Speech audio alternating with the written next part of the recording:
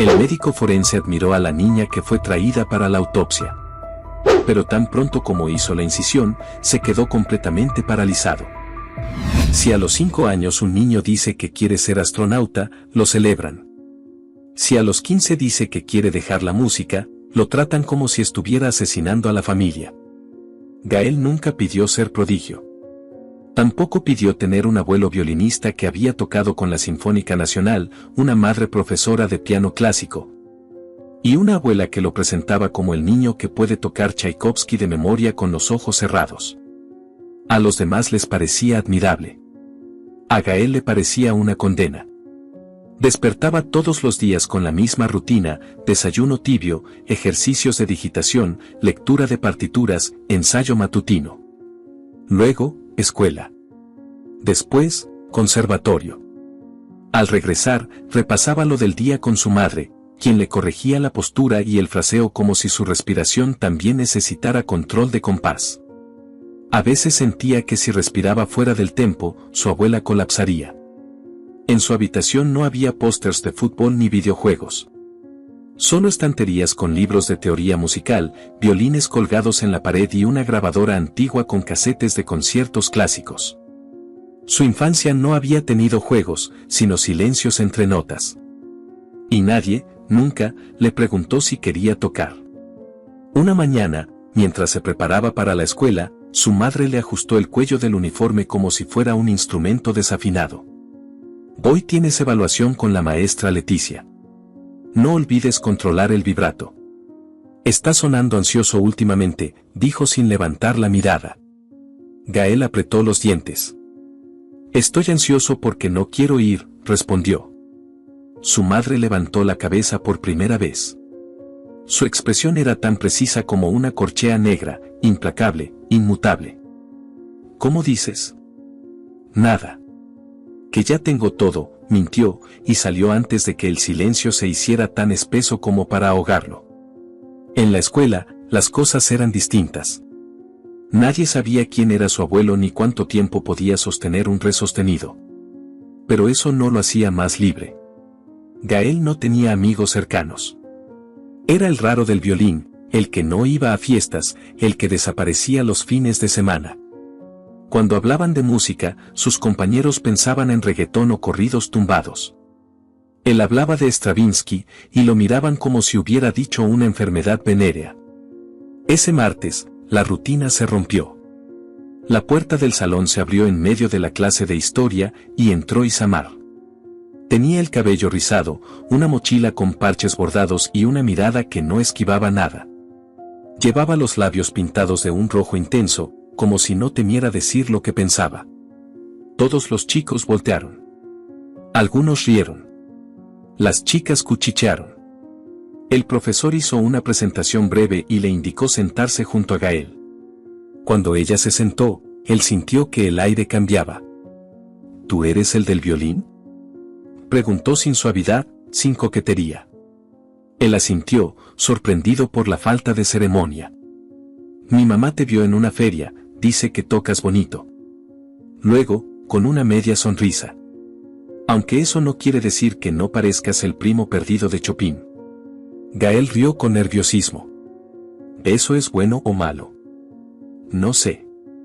¿Tú sabes boxear? ¿Qué? Nada. Hay muchos idiotas en este salón. Isamar no era como nadie que hubiera conocido. No tenía miedo de hablar fuerte, se reía en voz alta, y parecía completamente ajena a las jerarquías invisibles del aula. Al terminar la clase, Gael hizo lo impensable, la siguió. ¿Te puedo acompañar al recreo?, dijo, sosteniendo su mochila con ambas manos. Ella lo miró de arriba a abajo. Luego hizo una mueca de burla. ¿No te va a dar un infarto si alguien te despeina? Las risas alrededor fueron inmediatas. 3 chicos soltaron carcajadas. Una chica lo grabó con el celular. El aire se volvió denso. Gael se quedó congelado. Mejor no. Si te carga el viento, me van a echar la culpa. O si vienen unos cholos, ¿te tendría que defender yo? Más risas. Él bajó la mirada.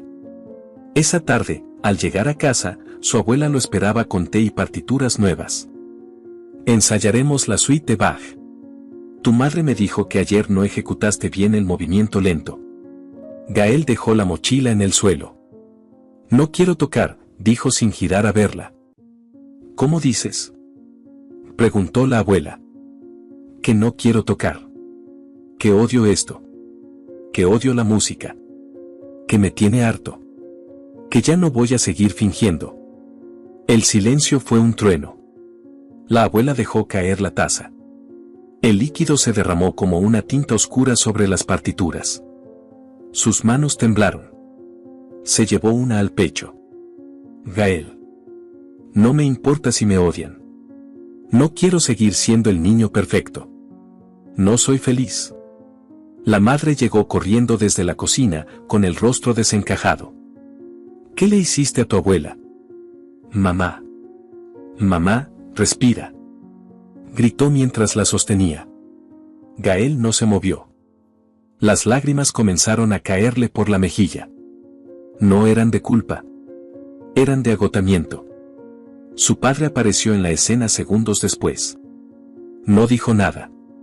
Solo miró a Gael. Había algo extraño en su mirada. No rabia. No decepción. Solo una especie de reconocimiento silencioso. Esa noche, la ambulancia se llevó a la abuela. No fue un infarto. Fue una crisis de ansiedad severa. Volvió a casa 2 días después. No volvió a hablar con Gael. Solo lo miraba como si lo hubieran cambiado por otro. En los días siguientes, su madre lo obligó a ir con una terapeuta musical. Intentó convencerlo de que la música podía ser liberadora. ¿Liberadora para quién? Preguntó él. Para mí ha sido una prisión. La terapeuta lo miró sin saber qué decir. Gael no volvió al conservatorio. En su lugar, se inscribió en natación. Eligió la disciplina porque no tenía nada que ver con el arte, porque el agua no tenía partituras, porque nadie podía hablar bajo el agua. Allí encontró algo parecido a la paz. Su cuerpo cambió. Su mirada también. No era el mismo niño que temblaba con un metrónomo.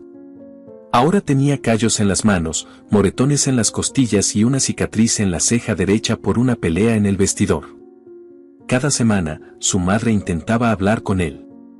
A veces lloraba. A veces lo ignoraba. Tu abuela ya no duerme. Se pasa la noche sentada en su sillón, mirando los premios que ganaste. Gael no respondía. ¿Eso no te duele? Preguntaba a ella, con la voz quebrada. Me dolía cuando tenía 5. Ahora ya no, decía, y se marchaba al entrenamiento. La distancia con su familia se volvió un abismo. En su cuarto ya no colgaban violines. Los cambió por un saco de boxeo. Las partituras fueron reemplazadas por libros de anatomía. Había decidido que sería médico. Pero no cualquier médico. Sería forense.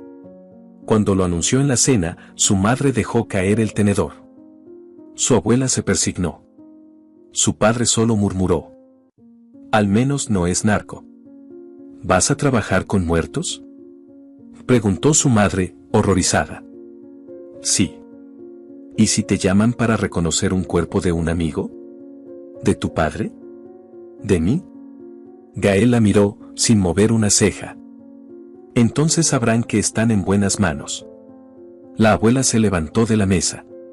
No volvió a cenar con ellos durante semanas. Por primera vez, Gael no sentía miedo. Ni culpa. Ni rabia. Solo una calma nueva, casi peligrosa.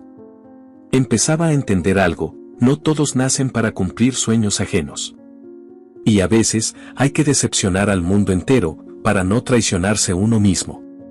Lo que no sabía era que esa decisión, la que todos creyeron absurda, lo convertiría en el único capaz de escuchar el susurro de un corazón, que nadie más había sabido escuchar. Gael no sabía que había gente que aprendía a escuchar el silencio. Él lo había hecho entre la música. Ahora lo hacía entre muertos. 6 años habían pasado desde aquella cena en la que anunció que quería estudiar medicina forense. Su madre lo miró como si confesara que planeaba asesinar a su abuela con una cuchara. Su abuela dejó de rezar por su alma y comenzó a rezar por su salvación. El padre, fiel a su estilo, solo murmuró algo entre dientes y siguió viendo el noticiero, como si no hubiera escuchado nada. La casa, que en otros tiempos rebosaba escalas musicales, se volvió un mausoleo de silencios. Gael no regresó a las partituras ni a los teatros. Pasó sus días entre libros de anatomía, prácticas en hospitales, noches sin dormir y días enteros diseccionando cuerpos sin nombre. No era como los demás estudiantes. Algunos vomitaban la primera vez que abrían una cavidad torácica. Otros hacían bromas macabras para esconder el miedo. Gael no necesitaba esconder nada. Estaba en su ambiente. Durante su internado conoció a Dariel, un agente de la policía ministerial que solía frecuentar el área forense por temas de investigación. Tenía mirada opaca, voz rasposa y un aire constante de estar a punto de explotar. Usaba camisa sin planchar y nunca hablaba de su vida personal, excepto cuando el alcohol lo tocaba. Aún así, entre sarcasmos y silencios cómplices, nació una especie de amistad. Ninguno de los dos creía en el destino, ni en Dios, ni en los finales felices. Pero sí compartían una idea: la verdad siempre deja rastro, incluso en la muerte. ¿Sabes por qué me caes bien, Gael?, le dijo Dariel una noche, mientras compartían café en un pasillo mal iluminado del hospital. ¿Por qué no te pido favores? No. Porque no finges que esto te duele. ¿Y a ti sí? Dariel no respondió. Solo bebió. Ahora, ya egresado, Gael trabajaba en la morgue central de la ciudad. El lugar era un edificio gris, sin ventanas, con olor permanente a formol, cloro y algo más difícil de nombrar, el olor de lo que no se dice. Sus días eran monótonos y clínicos. Cuerpos. Informes. Protocolos. A veces, familiares rotos por el dolor, otras veces policías que exigían acelerar trámites. La muerte, allí, no era una tragedia. Era una estadística. Y eso a Gael le convenía. Una mañana, mientras se preparaba para un informe toxicológico, su celular vibró. El número era de Dariel. ¿Estás solo?, preguntó del otro lado. Sí. Te va a llegar un cuerpo. Mujer. 20 y tantos. Oficialmente, muerte por paro cardíaco. Pero me late que hay mierda detrás. ¿Quién ordena? El subcomandante Misael. ¿Te suena? Gael apretó la mandíbula. El mismo que suspendieron por golpear a un detenido en 2021. El mismo que fue exonerado por falta de pruebas. Gael entendió todo sin necesidad de más palabras. ¿Qué quieres que haga? Lo usual. Revisa. Pero usa tus ojos, no los de ellos. Y no dejes huellas. Minutos después, el sonido metálico de la camilla al entrar en la sala de recepción lo obligó a dejar el teléfono. El cuerpo estaba cubierto por una sábana blanca. Gael se acercó. Levantó el extremo. Una mujer joven. Piel morena clara. Cabello oscuro y lacio, aún húmedo. Labios entreabiertos. Pómulos suaves. Parecía dormida. ¿Nombre?, preguntó a la gente que entregaba el cuerpo. No está identificada. El subcomandante dijo que era conocida de un amigo, algo así. Se supone que tiene problemas del corazón. ¿Qué era esperado? ¿Esperado por quién? No pregunté. Gael firmó el ingreso. Ya en su sala, cerró la puerta. Puso música clásica instrumental, una ironía cruel, y se acercó a la mesa metálica. Encendió la lámpara. Revisó los signos externos. No había marcas visibles de violencia. Tampoco hematomas recientes. Solo una pequeña mancha en la parte trasera del cuello, algo imperceptible si uno no sabía dónde buscar. Respiró hondo. Sus manos se deslizaron con precisión sobre el cuerpo.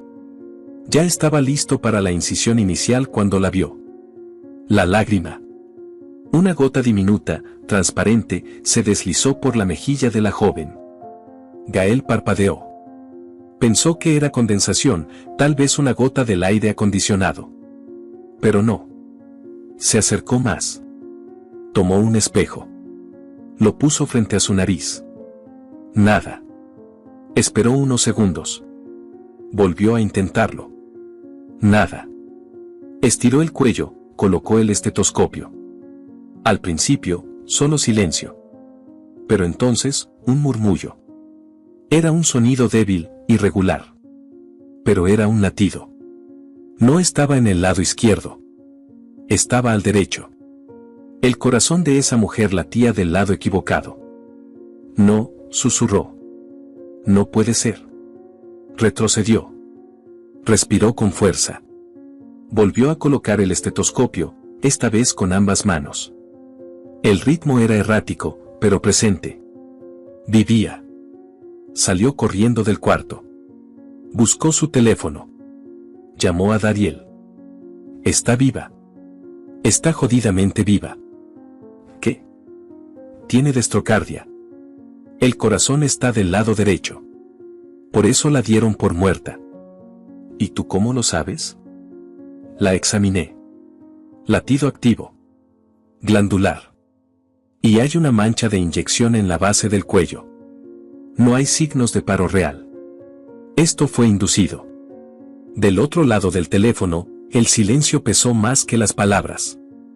Voy para allá, dijo Dariel al fin. Dame 10 minutos.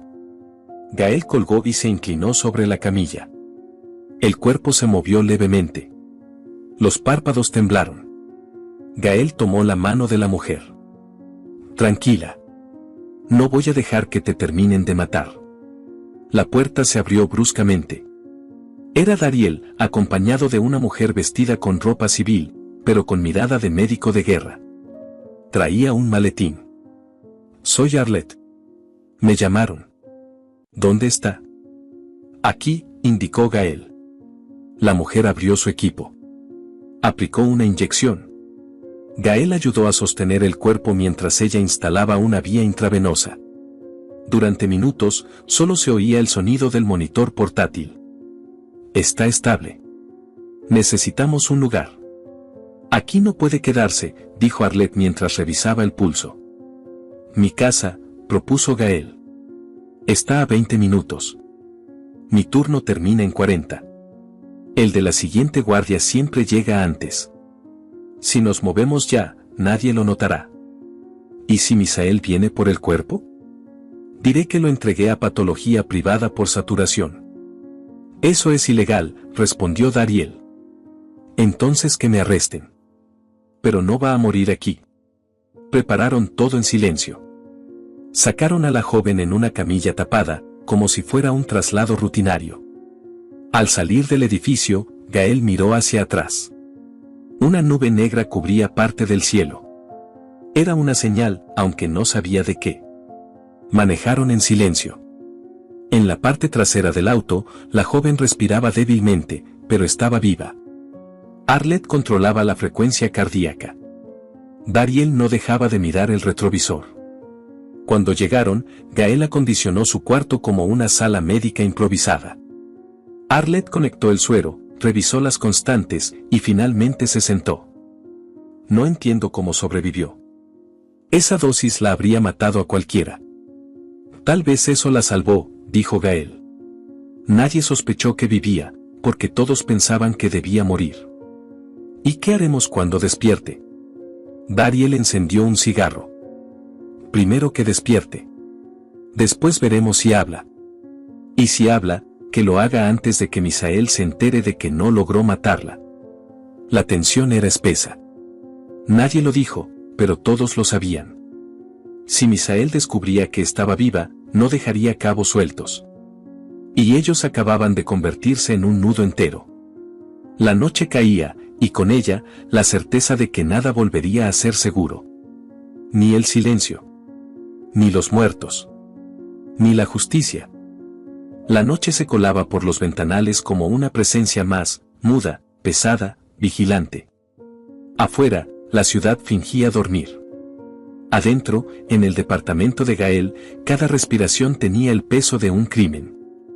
Dailin yacía sobre la cama que Gael improvisó como camilla.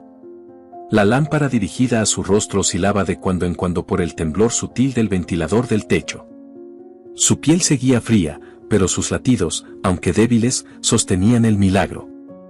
Arlette controlaba la presión mientras Gael intentaba conectar las piezas. Dariel observaba desde un rincón, como un perro viejo que sabe que la casa se incendia, pero aún no se mueve. No entiendo cómo sigue viva. Esa dosis no fue para dormirla, dijo Arlette sin mirar a nadie. Fue para borrarla. ¿Estás segura?, preguntó Gael, revisando los signos una vez más. He visto cuerpos con menos cantidad de esa sustancia que murieron en minutos. Aquí hay algo raro. O su organismo es resistente, o alguien no quería matarla de verdad. Solo callarla. Pero falló. Dariel chasqueó la lengua. No creo que a Misael le haya temblado la mano. Ese cabrón tiene más fantasmas que un panteón. Si pudo mandar un cuerpo vivo a la morgue, puede hacer cualquier cosa. Gael se acercó a Dailin. Aún inconsciente. Su rostro tenía algo de paz forzada, como quien cae dormida después de luchar demasiado. Sus dedos se movieron. Apenas. Una señal. Una grieta en el muro del coma. Dailin, murmuró Gael, sin saber si era por ella o por él. Arlette levantó la mirada. No te encariñes. No sabes lo que vivió. Podría despertar, y no ser ella. O podría ser la única que sepa lo que pasó, respondió Dariel. El silencio se asentó otra vez. Esa noche, Arlette se quedó en el sofá. Dariel volvió a la oficina para mantener la fachada. Gael no durmió. Se sentó junto a la cama de Dailin, mirando la vía, el suero, el monitor portátil que había traído Arlette. Cada sonido era un aviso. Cada respiración, un acto de rebeldía contra la muerte. A las 3:42 de la madrugada, Dailin abrió los ojos. Fue un parpadeo primero. Luego una apertura completa, pero sin dirección. Como si los ojos no supieran a dónde mirar después de tanto tiempo cerrados.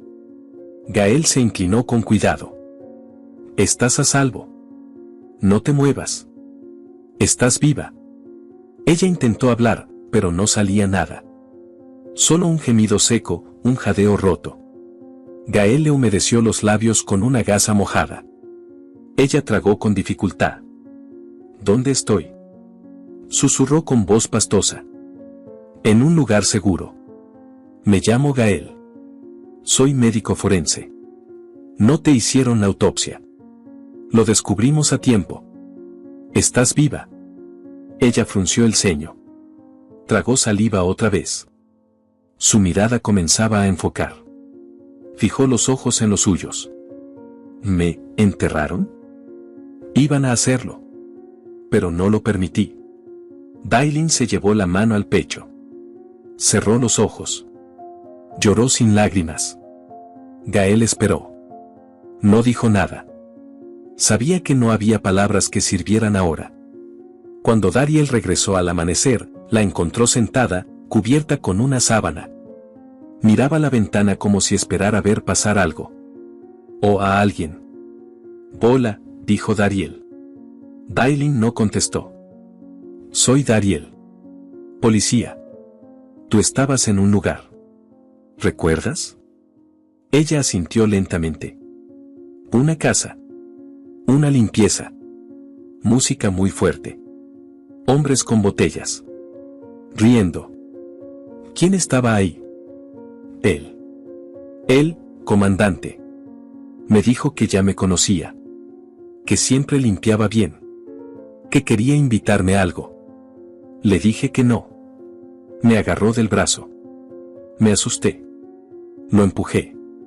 Me insultó. Me dijo que todas terminaban cediendo. Gael apretó los puños.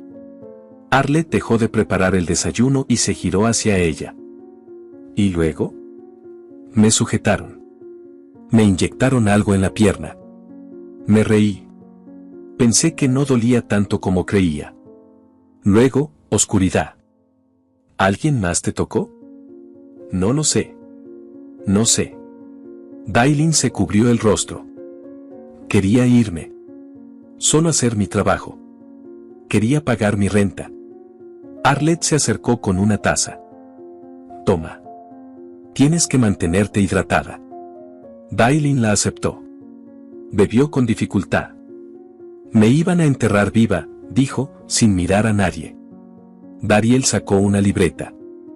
Necesito que me digas todo lo que recuerdes. Sin saltarte nada. Aunque duela. Dailin asintió. Habló durante 20 minutos. Los nombres eran confusos.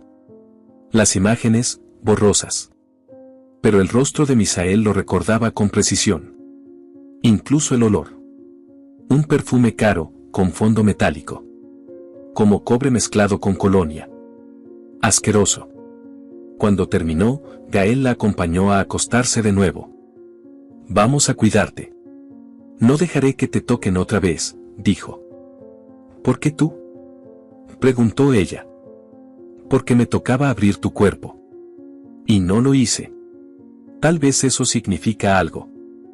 Tal vez, susurró Dailin. Las siguientes horas fueron de tensión. Dariel hizo varias llamadas desde el baño para que Dailin no lo escuchara. Quería preparar una denuncia, pero no confiaba en sus superiores. Misael tenía hilos en todas partes. Policías, fiscales, jueces. Una palabra maldicha y podrían matarlos a todos.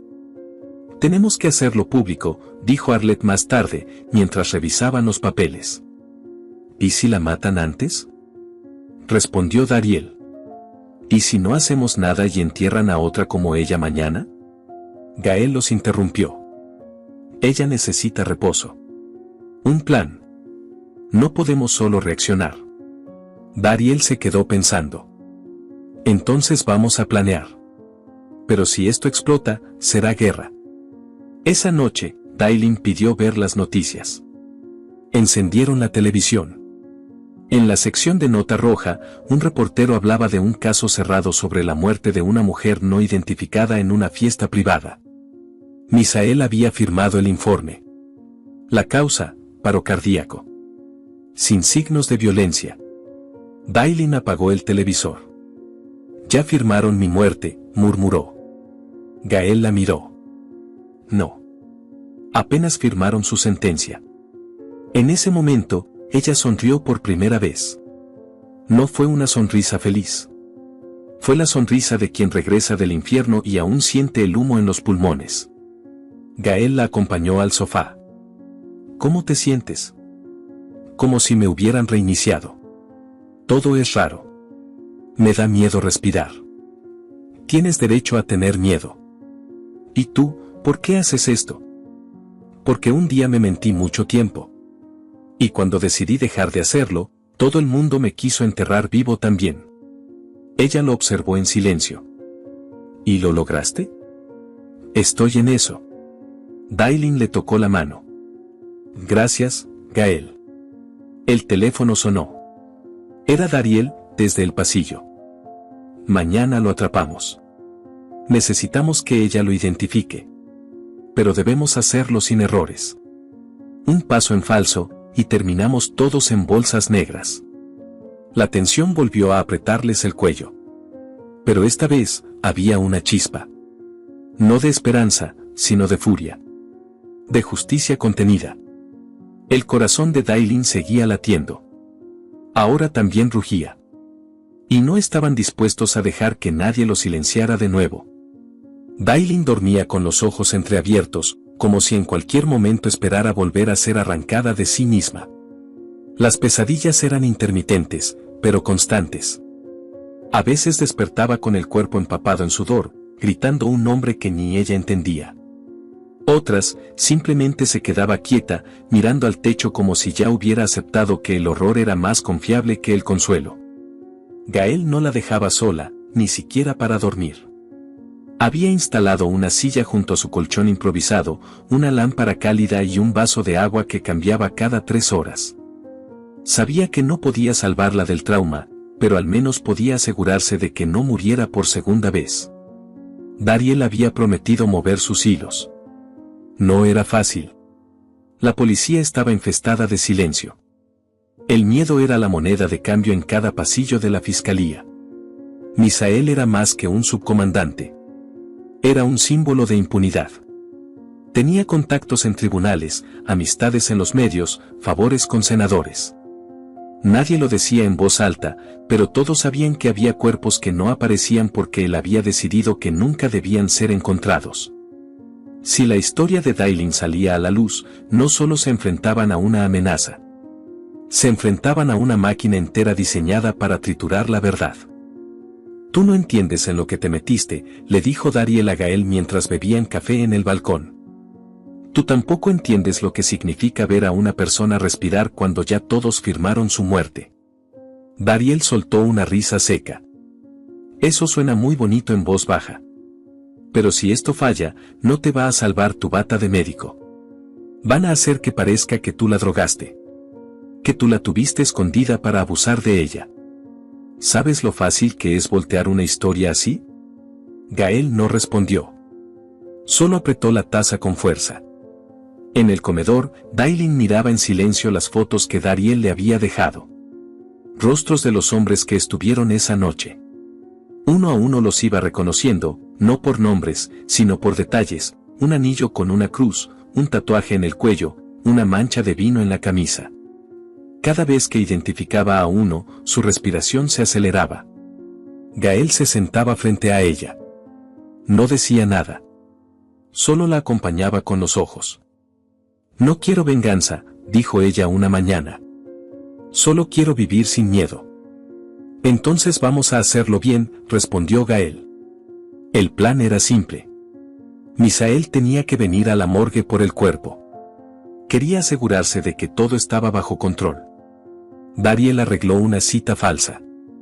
Hizo que uno de los policías infiltrados fingiera ser el encargado de entregar el cuerpo.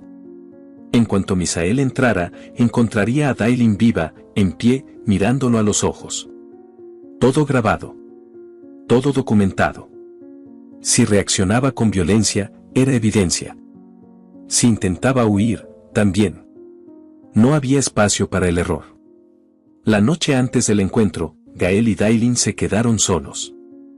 «No tienes que hacer esto si no quieres», dijo él, sentándose junto a ella. «Tengo que hacerlo porque sí quiero». Gael asintió. «¿Tienes miedo?» «Mucho. Pero es un miedo diferente.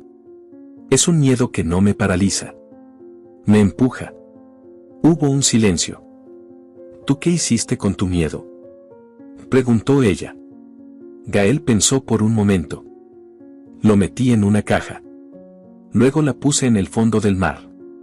Pero a veces flota». Ella sonrió. «Sabes, nunca había conocido a alguien como tú. Eres raro. Pero de una forma buena. Como esas canciones tristes que te hacen llorar, pero igual quieres volver a escuchar». Gael desvió la mirada. «Tampoco había conocido a alguien como tú». «¿Y qué soy?». «Evidencia de que la muerte no siempre gana». La tensión creció al amanecer. Dariel llegó con un par de compañeros de asuntos internos, todos vestidos de civil. Llevaban micrófonos ocultos, cámaras pequeñas y una camioneta negra con placas falsas. Habían solicitado la autorización del fiscal regional en secreto. No podían confiar en nadie más. «Esto tiene que ser quirúrgico», dijo Dariel, mientras dibujaba un esquema del lugar en una libreta vieja. «En cuanto cruce esa puerta, ustedes entran por atrás. Dailin estará aquí. Yo me encargaré de abrir el acceso. Si se pone agresivo, no duden. Él no lo haría. ¿Y si viene armado?». «Vendrá. Siempre lo está». Gael miró a Dailin. «¿Estás segura?». «Sí. No tienes que ser fuerte todo el tiempo». «No estoy siendo fuerte. Estoy siendo libre». Llegaron a la morgue minutos antes de la hora pactada. Todo estaba en su sitio. La sala de autopsias había sido acondicionada para parecer vacía. Dailin llevaba ropa formal, sin maquillaje, sin adornos. No quería parecer una víctima. Quería parecer la verdad. Gael la tomó de la mano un segundo antes de que se acomodara en la camilla, con la sábana cubriéndole el cuerpo, igual que la primera vez. «Te veo al otro lado», dijo ella. «Siempre».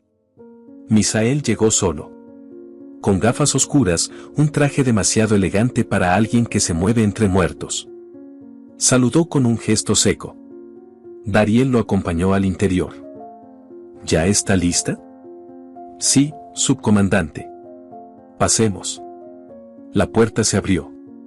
Dailin se incorporó lentamente. Se quitó la sábana. Lo miró directo a los ojos. Misael palideció. Por un segundo, todo se congeló. ¿Qué carajos? Dailin se bajó de la camilla. «Estoy viva. Y no tengo miedo». Misael retrocedió. Buscó su cinturón. Su mano rozó la pistola. Los agentes entraron por ambos lados. «Al suelo. Manos arriba». Misael gritó. «Esto es una trampa. Me quieren matar». Gael lo miraba desde el umbral. Por primera vez, vio miedo real en los ojos de un hombre acostumbrado a ser el cazador. «Se acabó», dijo Dariel, esposándolo. «Nadie más va a morir por tu silencio». Dailin respiró hondo. El aire tenía un sabor distinto. Ya no era metálico. Era limpio. Era nuevo. Al salir del edificio, Gael caminó junto a ella. «¿Lo lograste?» «No. Lo logramos».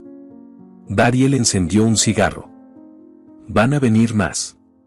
Amigos suyos. Gente con uniforme y sonrisas falsas». «Que vengan», dijo Dailin. «Ya no me escondo». Esa noche, la ciudad seguía igual. El tráfico, las luces, las bocinas. Pero algo había cambiado. Una verdad se había negado a morir. Una historia había sobrevivido a su propia autopsia. Y un corazón, el de Dailin, seguía latiendo, más fuerte que nunca, sin importar que lo llevara en el lado equivocado. La melodía llegó sin aviso, como llegan las cosas que el alma había guardado por tanto tiempo que casi se olvidan. No fue una canción conocida. No estaba afinada a la perfección. Pero era auténtica. Y eso, para Gael, fue como volver a respirar después de una vida entera conteniendo el aire. 3 meses habían pasado desde que arrestaron a Misael. 3 meses desde que Dailin lo enfrentó sin pestañear, mientras él se retorcía como un animal atrapado. La prensa, siempre sedienta de sangre y espectáculo, lo rebautizó como el carnicero de la ley. Las redes sociales dividieron opiniones. Algunos exigían pena de muerte, otros hablaban de montaje, y unos más simplemente se escondieron detrás de su indiferencia. Porque cuando la verdad incomoda, siempre hay quien prefiere cerrar los ojos. Misael enfrentaba múltiples cargos: intento de feminicidio, abuso de autoridad, encubrimiento agravado, y participación en una red de trata que apenas comenzaba a destaparse. Lo que había hecho con Dailin no era un caso aislado. Solo fue el hilo que alguien, por fin, se atrevió a jalar. Y al otro lado de ese hilo, había una maraña de nombres, instituciones y cadáveres sin justicia. Dailin comenzó terapia al segundo día de quedar libre de custodia. Gael la acompañaba. No intervenía. Solo estaba. Como quien sostiene la cuerda de un globo que podría volar con el más leve soplido. Nunca le preguntó más de lo que ella quería contar. Nunca la forzó a seguir adelante más rápido de lo que su cuerpo o su alma podían soportar. Al principio, ella hablaba poco. Tenía días de completo silencio, donde se limitaba a mirar por la ventana o escribir en una libreta sin mostrarle nada a nadie. Otras veces lloraba sin razón aparente, en mitad del desayuno, o al ver un anuncio en la televisión que le recordaba alguna canción que habían puesto aquella noche maldita. Gael aprendió a escuchar esos silencios. A entender que la sanación no es lineal, ni bonita, ni rápida. Y que a veces, solo estar sin hablar ya es suficiente.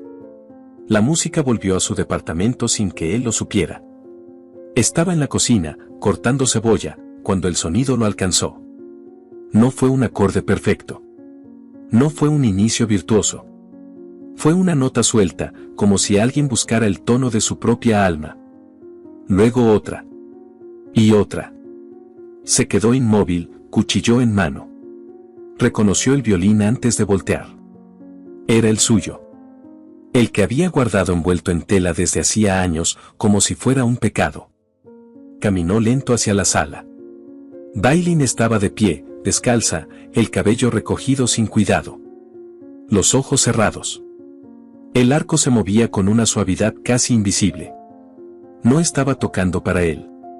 Ni siquiera para sí misma. Estaba tocando para sanar. Gael no se atrevió a interrumpir. Solo se apoyó en el marco de la puerta, sintiendo como su pecho se estrechaba. La melodía era triste. Pero no desgarradora.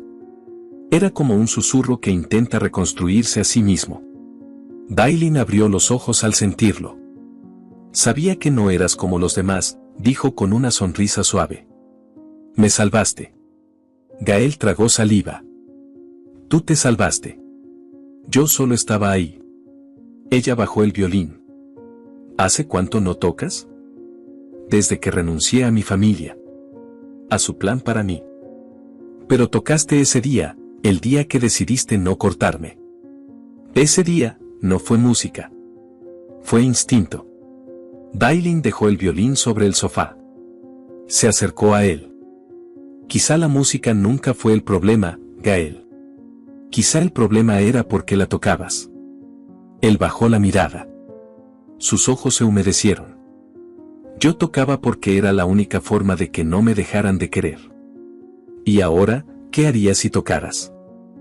Quizá, porque alguien me quiere, aunque no toque.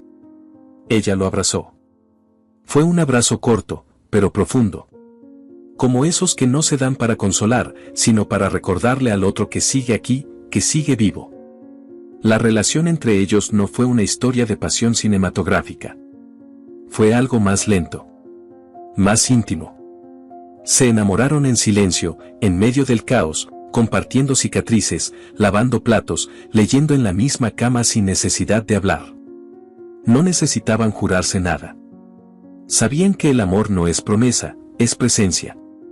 Gael volvió a tocar, poco a poco. Primero, solo en las noches, cuando Dailin dormía. Luego, con ella, improvisando melodías que no seguían ninguna regla. No buscaban la perfección. Buscaban sentirse. Una mañana, mientras regaban las plantas del pequeño balcón, ella lo miró con los ojos brillantes. Quiero casarme contigo. Gael se detuvo. Sonrió. ¿Así, sin anillo ni nada? Así, sin miedo. Él no preguntó más. Sabía que esa frase venía de un lugar tan profundo que romperla con bromas sería un crimen. La ceremonia fue sencilla.